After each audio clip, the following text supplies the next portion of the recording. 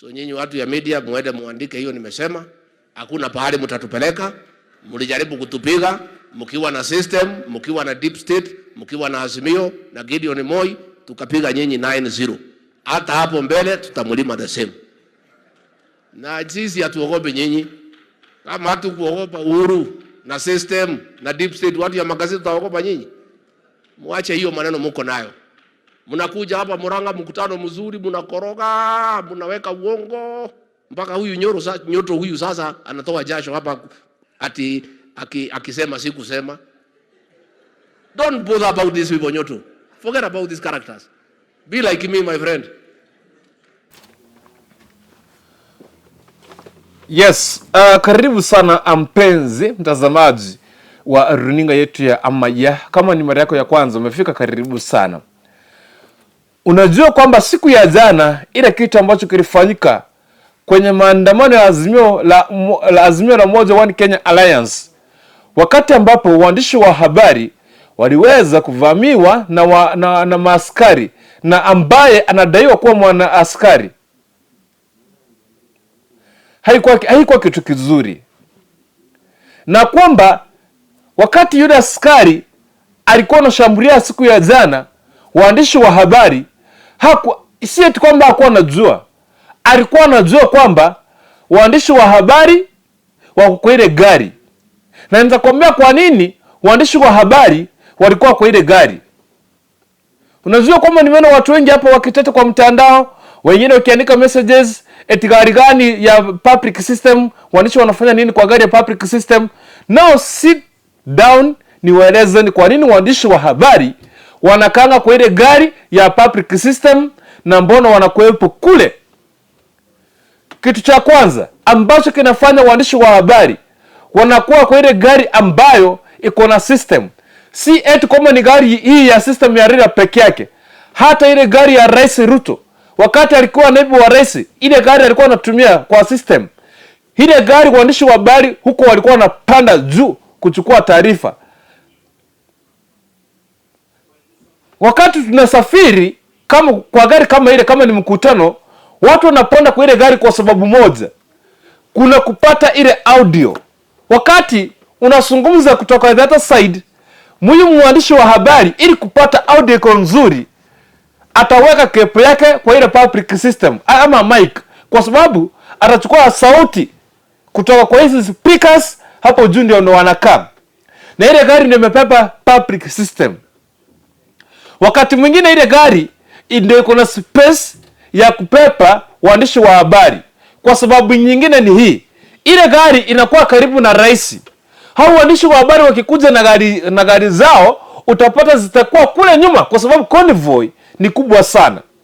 Ili ukue karibu na rais na upate taarifa ama upate maneno vizuri na upate picha yake vizuri, picha na sauti, utakuwa kwa ile gari imepepa system ambayo utapata audio, ukue kwa ile gari kwa sababu utachukua picha nzuri ile watu wakaweza kutazama. Na ndio manake hizi watu wengine wakipatana news yao ni safi na ni tamu, picha ni nzuri, kushinda watu wengine wanajifanya ati wao watakaa kwa gari huko, wanakaa nyuma na picha ni chafu, sauti ni chafu.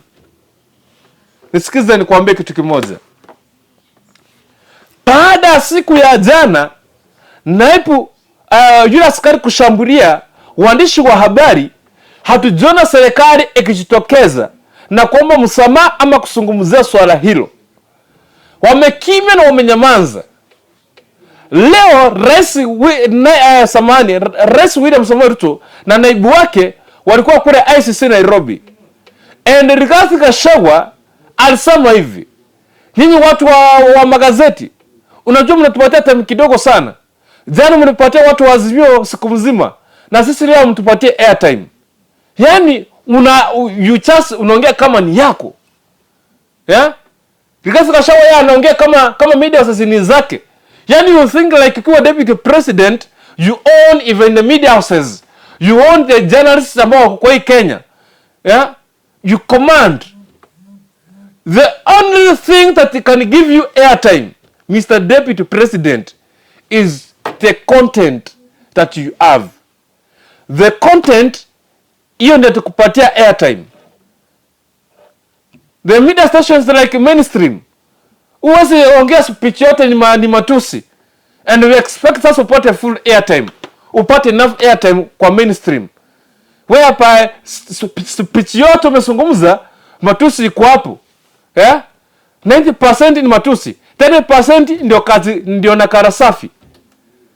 Hauwezi kupata that airtime. It is unless you change your content and give positive story, give something good to feed Kenyans. Si matusi na chuki. That one media houses cannot take. Hata kuwe naibu wa rais, hata kuwe rais, hata kuwe mkuu wa hii dunia yote, hata usimamie, what can I say, hata usimamie hii planet Earth, if you cannot give the positive content to journalists, hawawezi wakafanya nini? Hawawezi wakapatia that airtime. They only do what we call gatekeeping and give you ile kitu ambayo umeingia kizuri. Hiyo ni wanapatiana kwa Wakenya. So don't be surprised to see watu wengine wanapatiwa airtime the whole day, because what they give out is what Kenyans want to follow. And media houses zingine ni private. They're working to get money. They're working to get advertisements. You cannot regulate them on what to air and all what not to air. Iko na wale ambao wanawasimamia ambao ni MCK. Wewe kama deputy president, wewe na rais wako, nyinyi simamia watu wanaitwa wa Kenya na wao waandishi. Lakini ikifika mahali pa kufanya kazi, you don't intimidate. Now listen to me. There is one thing Rigathi Gachagua spoke, it was on a Sunday kwa church. Aliingilia waandishi wa habari na akawaambia kwamba hamtatushtua sisi. Hata Uhuru Kenyatta anatujua. Sisi ni watoto wa mamao. Sasa mimi wacha nikupatie clip kwanza. Unajua mtasema kwamba mimi napiga domo sana. Tusikize hii kwanza. So nyinyi watu ya media muende muandike hiyo nimesema. Hakuna pahali mtatupeleka.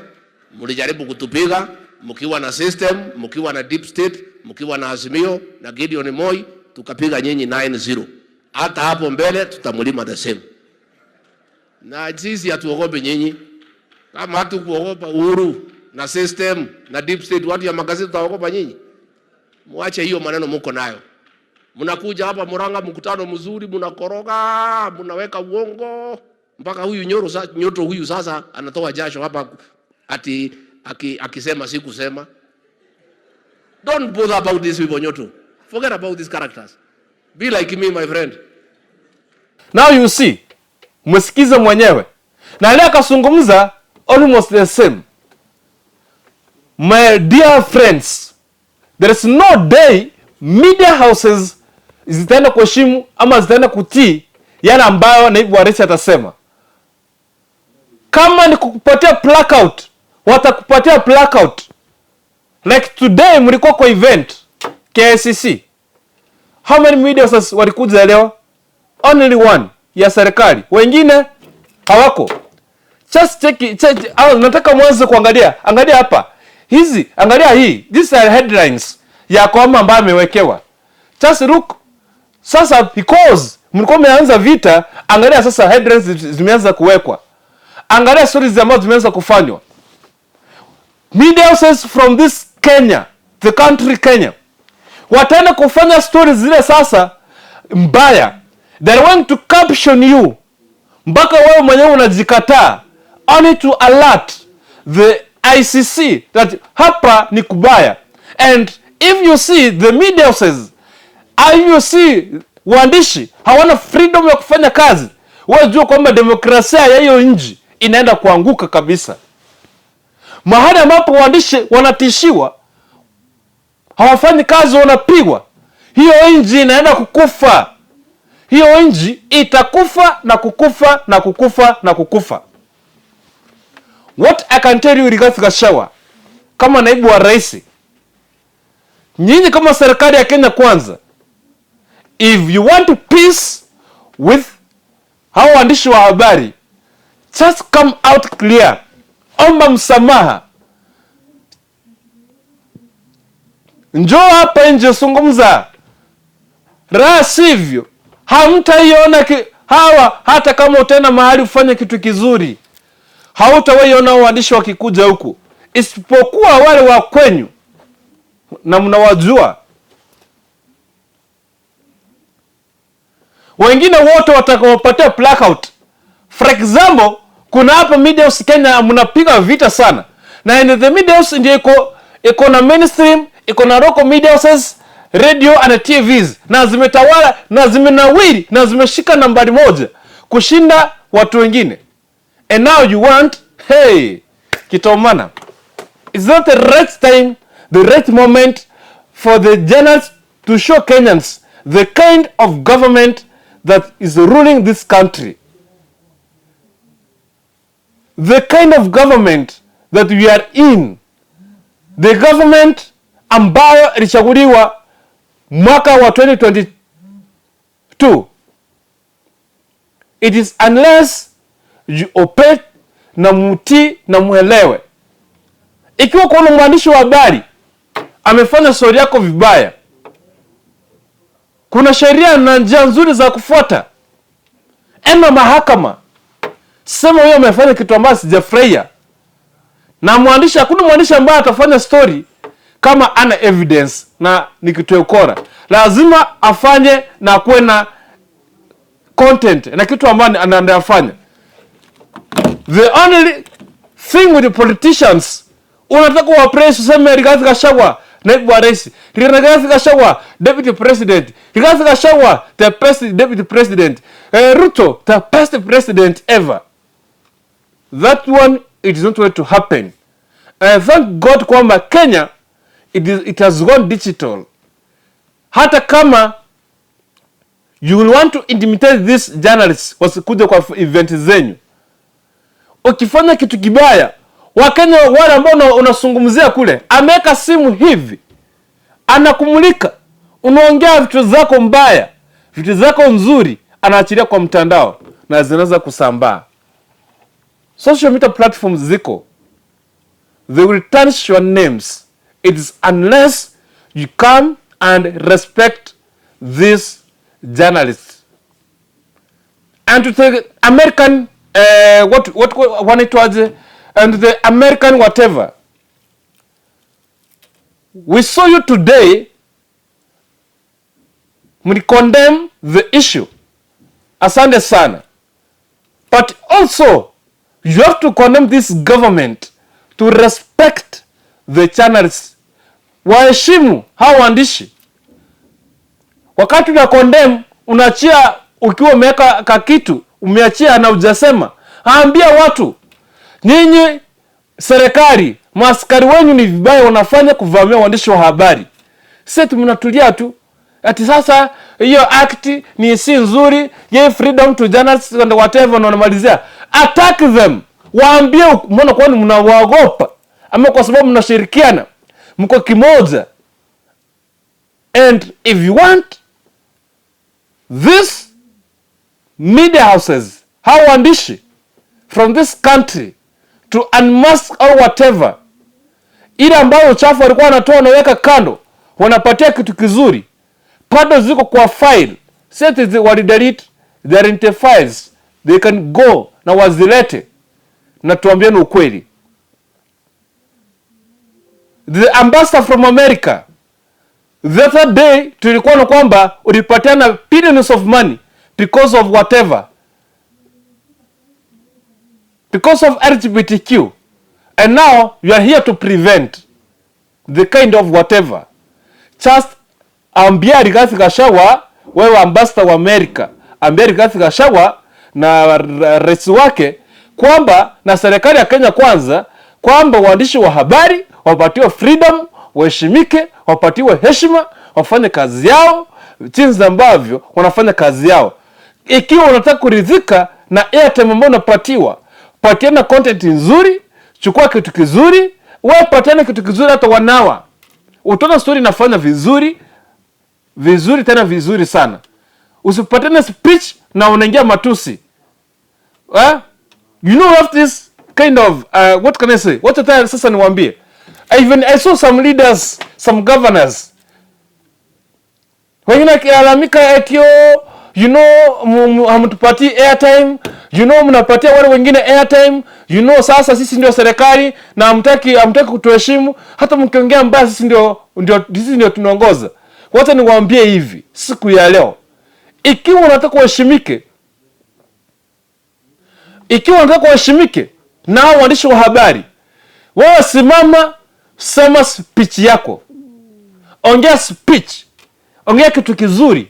Matusi yako ambao utatusi na kile kitu utasema, hiyo acha watu wa social, watu wa nini? Hiyo acha bloggers. Watu wa mainstream and whatever, they only take the content. Ile kitu ambacho umesema kizuri, hiyo ndio watachukua. Ya 1 minute, watu wataongea 1 hour. They only take 1 minute or 30 seconds. Mengine yote, watu ongea matusi, uongee nini or whatever, itakuwa waste. And now for now, nimeenda tu hivi. But that time, waambie waheshimu waandishi wa habari. Na nashukuru sana kwa zile media houses ambazo walipatina blackout ya siku ya leo na hawaku cover stories za watu wengine kule, kwa sababu hawajaheshimu uhuru wa utangazaji ama watangazaji. Kitu kingine,